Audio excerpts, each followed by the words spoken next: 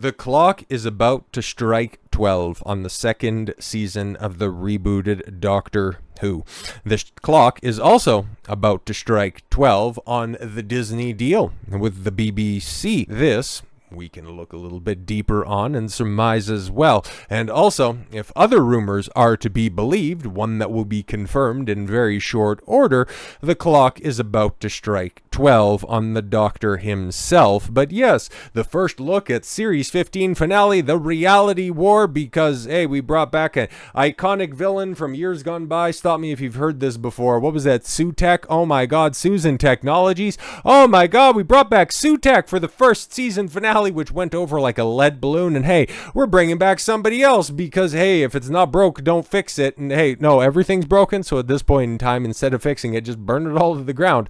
That's one way you could go about it. But the battle rages across the skies as the unholy trinity unleashes their deadly ambition. The Dr. Belinda and Ruby have to risk everything in the quest to save one innocent life. Yeah, it's interesting because at the beginning of the season, a couple of weeks ago, the Doctor really didn't care that much about life, and because he was orchestrating, or rather lording over the planet of the incels. Oh, God, I can't believe they actually said that, but hey, they also canonized RIP Doctor Who hashtag. But anyways, yeah, no, there's a big joke to end the first episode when a robotic cleaner vacuumed up the egg and the sperm that created a life, and the Doctor just danced and was super gay about celebrating that death, even though that's not something that the Doctor would ever do. But hey, man, that's the 15th Doctor for you. At the beginning of the 16th season, when there was so much hope and when ratings were already at their all-time low with 2 million overnights, and here we are after that, very influential and very important boost that they got from the FA Cup final. No, it wasn't at all whatsoever. Okay, this was people finally coming back. This was people that were super engaged by the premise of a knockoff Eurovision Doctor Who episode. Okay, 2.5 million overnights that we still haven't got the +7s or the +4s for. Okay, don't read any further into that. It's not like the BBC is slow rolling those numbers. Okay, don't worry about any of that. Okay, just take a look at for the penultimate, for the setup for the finale.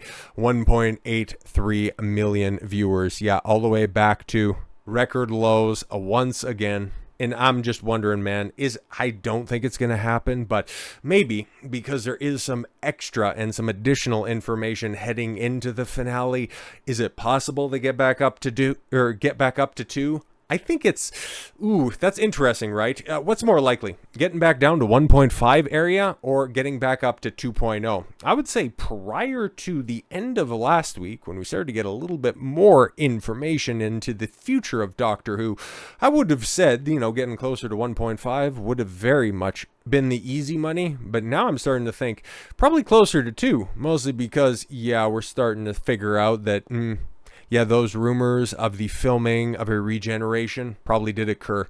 And the cancellation and putting Doctor Who on hiatus, it looks like it's also going to be very likely. Because there was also a rumor, and I'm pretty sure we talked about it, that things could get put on ice, okay, until at least 2027. RTD said that, we have a season 3 already scripted. I'm working on more scripts for season 4. Oh, it's going to be fantastic. Don't mind that, there's also rumors out there that Disney got half of their contracted episodes, and they're looking for an escape hatch in the BBC because they aren't spending their own money, or are more than willing to just take it all back on and just dump everything on the iPlayer. So you're going to end up getting the same quality of writing with a reduced budget. So it's still going to be written in crayon. It's just going to be acted on sets with paper mache and construction paper, because Disney has left the building. And RTD, for as much as he says that he's writing the next season of Doctor Who, has also acknowledged that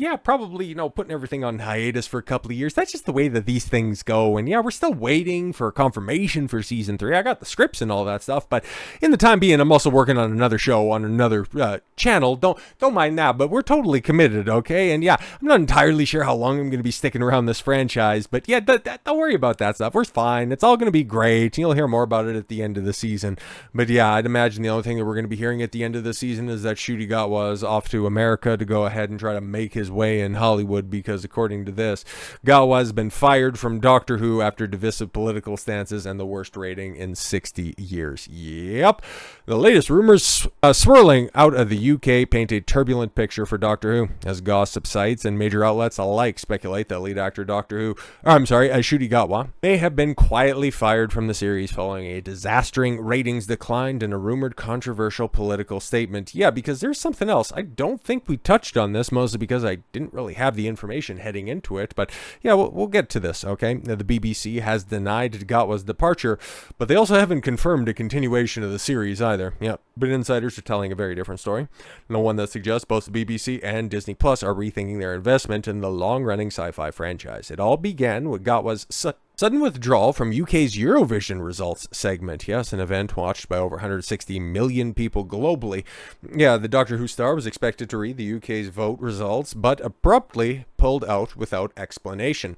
Shortly afterwards, speculation emerged that Gatwa's exit was politically motivated, as he had been an outspoken supporter of Palestine and only stepped back after Israel qualified for the Eurovision final. Yeah, that's a speculation that's been running around, and I got a couple of things about that, okay? It's like, okay, cool. You want to go ahead and support Palestine? I'm totally amenable to that, okay? But knowing Ncuti Gatwa's lifestyle, don't necessarily think that he would be all that welcome over there, but hey, it is what it is. You can go ahead and support something and have a just cause for backing it. Not entirely sure of his thought process behind that. I know mine, but I digress. Why exactly is a little state in the Middle East being represented in a European song contest? That just doesn't really make sense. So maybe it didn't make sense for Gatwa, and that's why he ended up pulling out. Okay. The decision reportedly blindsided BBC executives and ignited internal backlash. According to The Sun, executives were incredibly disappointed, calling Gatwa's actions incredibly embarrassing. Have they been watching Doctor Who? Because this seems pretty on point. I'm just wondering if he cried when he made the announcement that he wouldn't be at Eurovision, or if he ended up breaking that streak over there.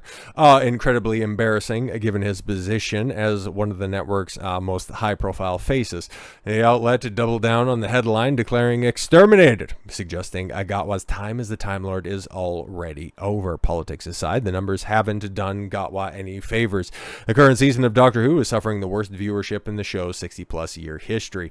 Yeah, exactly. The first 5 episodes of Season 2 have performed dismally, at the lowest rated episode yet, Episode 4, drawing just 1.5 million viewers. But hey, it's been all uphill from there, right? They just bottomed out right there, and hey, they got like a million viewers a couple episodes later, right? They went from 1.5 to 1.59, and then they got to 2.57, bro. It's just all, that was just an aberration, okay? Because you take a look at everything else that is on there, okay? It was 2 million, 1.86 million, 1.58 million, but don't worry about that. See, it was just that 1.5, just because that looks bad, but you take a look at the rest of the stuff, and yeah, it's also a whole bunch of other contenders for the top 10 worst rated episodes in Doctor Who history. Don't worry about that, but yeah, for context, Jodie Whittaker, season 13, average, the first 4 episodes, 5 million, okay? Ncuti Gatwa's season 1, average for the first 4 episodes, 3.1 million, and Ncuti Gatwa's, yes, for episodes 1 through 5, dropped as low as 1.5 million. Yeah, it's fine, okay? These figures represent a catastrophic drop from the show that once pulled a blockbuster TV numbers under David Tennant, Matt Smith, and Peter Capaldi. And hell, even the first episode with stupid Jodie Whittaker had over 11 million viewers. 1/3 of the entire United Kingdom tuned in to see that spastic who, I got an upgrade, pulling weird fucking faces for how many years? Yeah, exactly. Compounding the drama are reports that Disney Plus, which provided over $100 million in backing, is not expected to renew the series for a 3rd season. Yeah, this is where this eventually, okay, because yeah, you could take a look. It's, no, people were just watching it on iPlayer, even though those numbers, all of the ratings, include iPlayer numbers. But hey, the BBC, because they spend taxpayer money, they don't really have to worry about seeking return on investment. That's fine. They can spend somebody else's money to continue this, but Disney, on the other hand, it's like, yeah, they're paying $100 million.